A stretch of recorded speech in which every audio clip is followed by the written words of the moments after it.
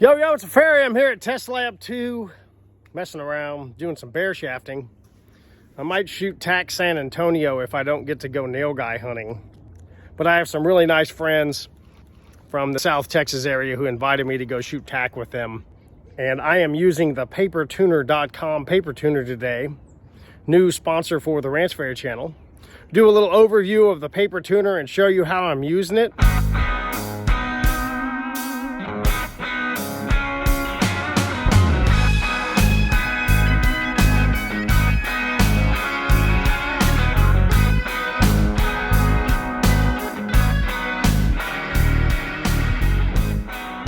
And discuss some of the reasons why I think it's a really good tool for those of you that paper tune. It's spring, it's coming into spring. Ranch Fairy test kits will be, hey, you don't need to order those. Get your bear shaft going. Start bear shafting in March this year, not in August. We're gonna go through some of the benefits and the features of the paper tuner and show you why I think you ought to probably get one of these gizmos. Make your life a little easier. Hang on. I don't do the unboxings where it's a brand new in the package and somebody does a review and says, man, that should work great.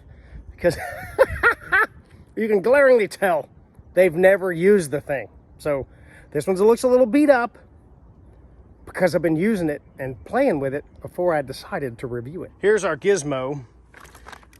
And Matt, the owner, has come up with this cool system using magnets that hook together.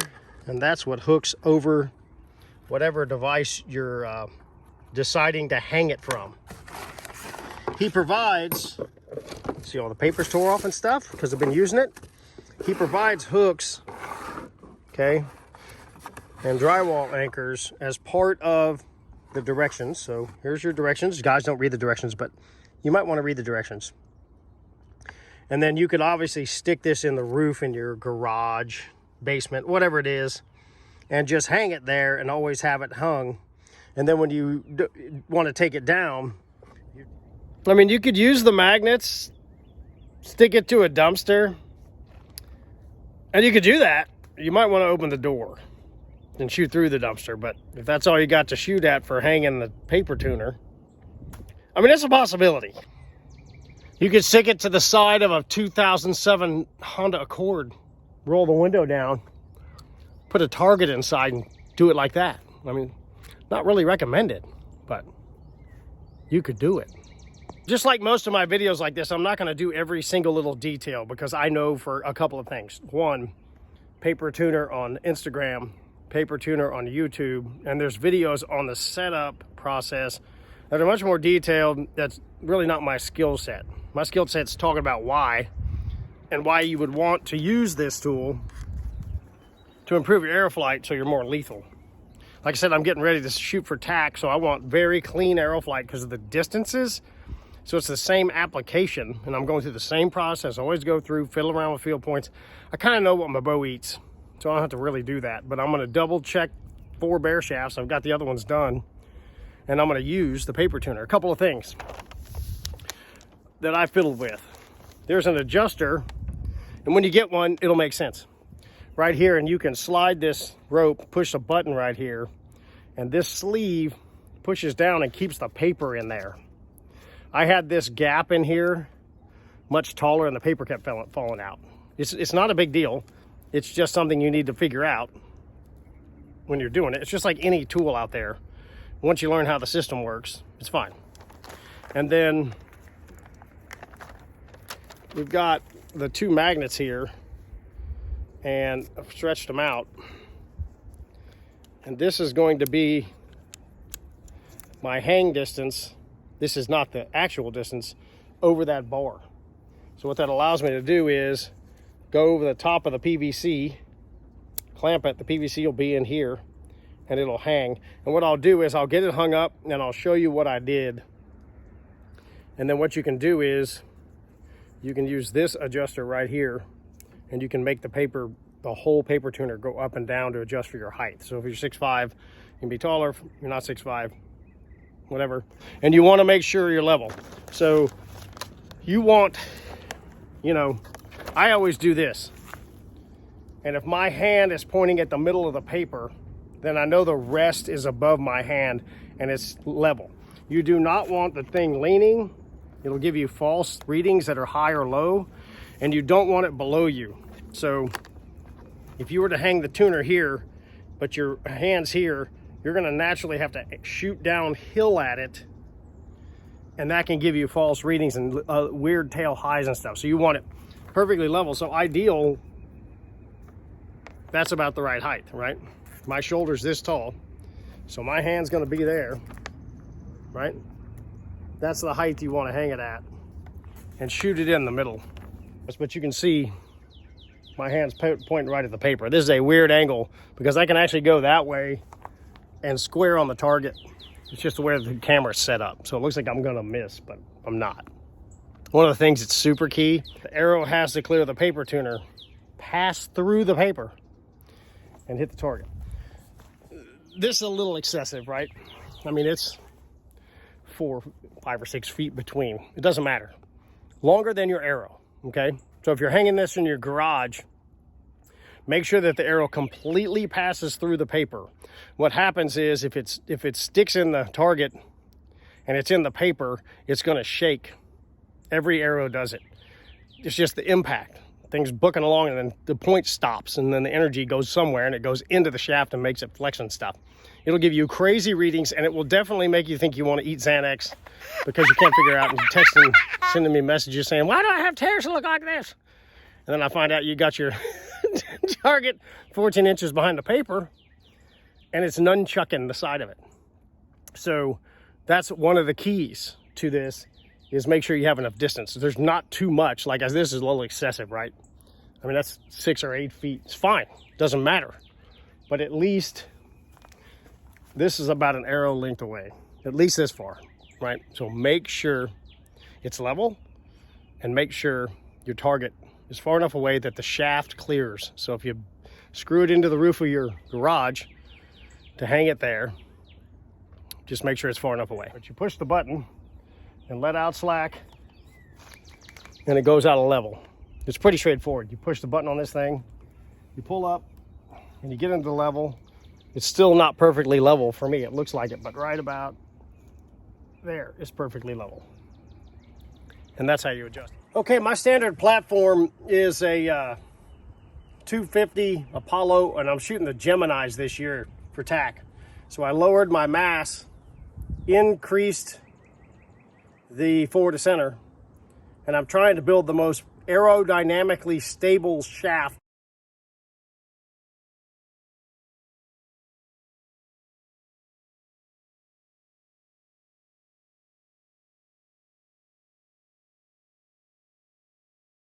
to shoot really far. So a lot of people are going to be shooting really light arrows to get really far, and I decided to concentrate more on aerodynamics. And basically I'm pushing the center of gravity to the front. That's what forward of center is. And I'm between 150 grain point and my standard 200 grain point. I've been shooting 80 with a 200 grain point, and what's been interesting is the difference between the 150 and the 200 isn't that big a difference until 70. I got a slider mounted and all that good stuff. At 80, you can tell the difference. The 150 is more forgiving. So I am bare shaft tuning for 150 grain point to help me get out to 80 and have a chance out there. The 200s just drop out a little bit. It's really interesting. On one of the podcasts or something I did, we were talking about that. How far out does it become critical? And for me, 50 seems okay, 60 seems okay. And what I mean by that is when I make a mistake, it makes a mistake. But at 70 and over, it gets real critical. Like you're really got to be stable and your release has got to be good. And this is a little more forgiving so far. That's my analysis. I've been shooting for about 2 weeks, messing around, just getting that far out. I've never shot that far. So I'm running bare shafts.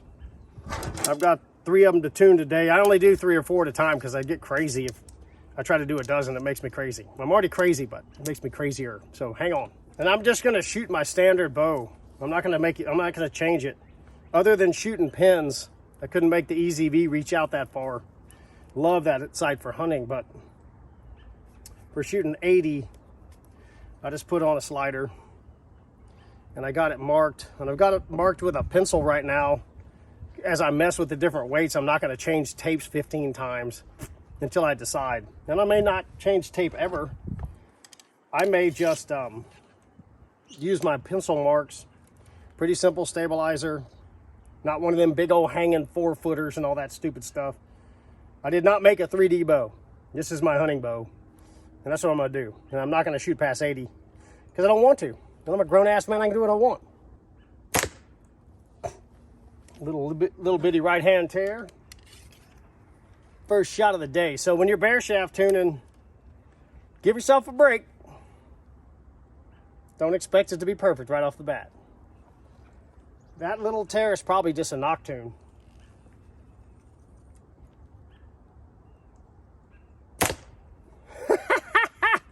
Might be the monkey shooting the bow.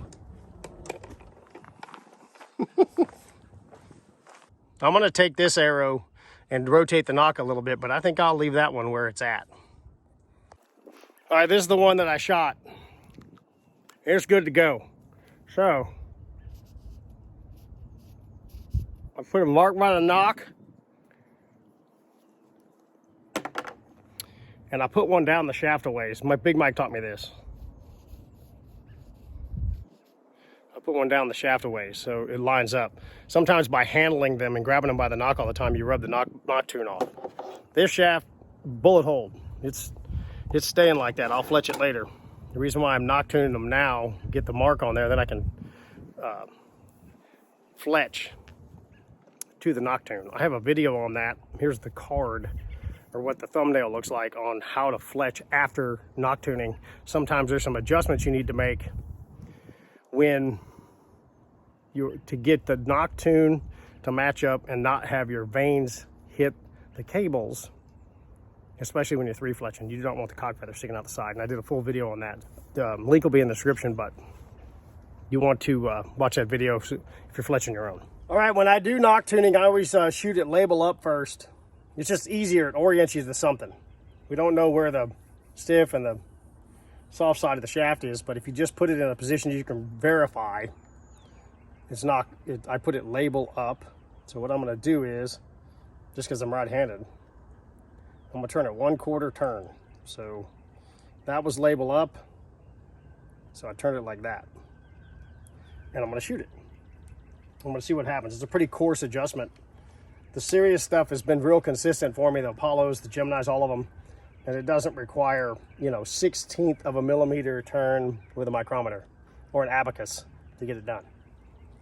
But remember, you might be part of the problem.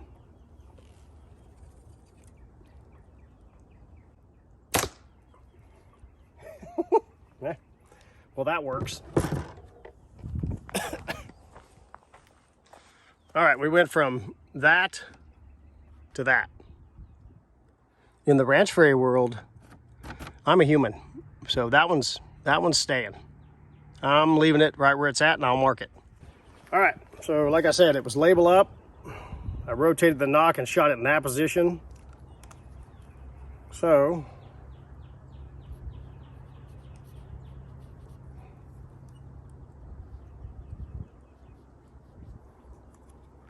mark on the nock, mark on the shaft. Good to go. Now one more to shoot, and then we're going to see what happens. I got something to try. All right, so we're going to do what I said last time. This one is correct. Nocks in that position, labels up. That's our starting position. I have a full video on how to bear shaft noctune with one of my test kits. And this is what the thumbnail looks like. Highly recommend looking at that. I already knew this bow shoots 250 spine really well, so I did not need 300s. But when I did it, when I got the bow, I did 300s, 250s, and 250 just behaved better for me. Don't be a bad shot, Fowler. Tore a little funky. Let me go grab it.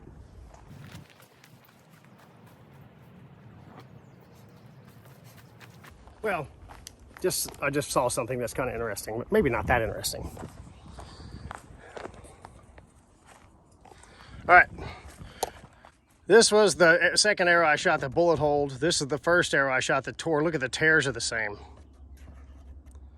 And then I adjusted the nock and got a much better deal out of it. So these are the same two arrows, and I just shot this one, went to there, shot that one. I'm not changing that. And this is this arrow I just picked up, and it's almost exactly the same tear as the first arrow. So I'm gonna rotate the nock, do what I did to the last one. Again, it's label up, okay? I'm gonna rotate the nock quarter turn, so there's the label. And I'm gonna shoot in that position.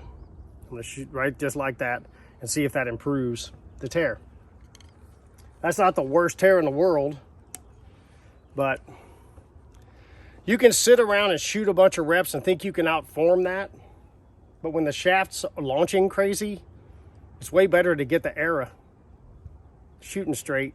And then if you make a mistake, it's launching under better conditions. So if I shoot that arrow and I know I can't, and I think I can't improve the tear, or that's the best tear you can get, you know every time you shoot an arrow, it's launching like that. And then if you make a mistake, it makes the mistake bigger. So that's why you do this, as opposed to try to outshoot bad arrows with theoretically good form, when the arrow itself isn't launching that well. Good form, which I don't have apparently, and great arrows is the ultimate combination.